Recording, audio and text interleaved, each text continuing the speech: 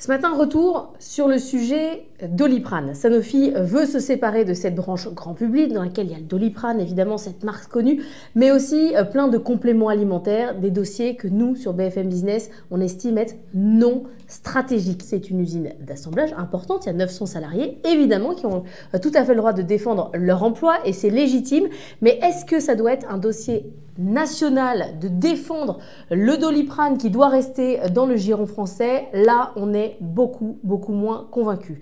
Pourquoi? Tout simplement parce que le Doliprane, c'est une molécule qui est dans le grand public, que n'importe qui peut fabriquer. Il y a UPSA qui a même fait un communiqué pour dire qu'eux, ils étaient prêts à fabriquer du Doliprane. Pour les Français, aucun problème. Ça peut être donc fabriqué par d'autres gens, par d'autres laboratoires. Et quel est l'intérêt de savoir si le Doliprane est fabriqué par un fonds français ou pas? C'est pas intéressant. En tout cas, c'est ce qu'on pense à BFM Business. On a des sujets de souveraineté. La question de la souveraineté alimentaire, par exemple, elle est fondamentale.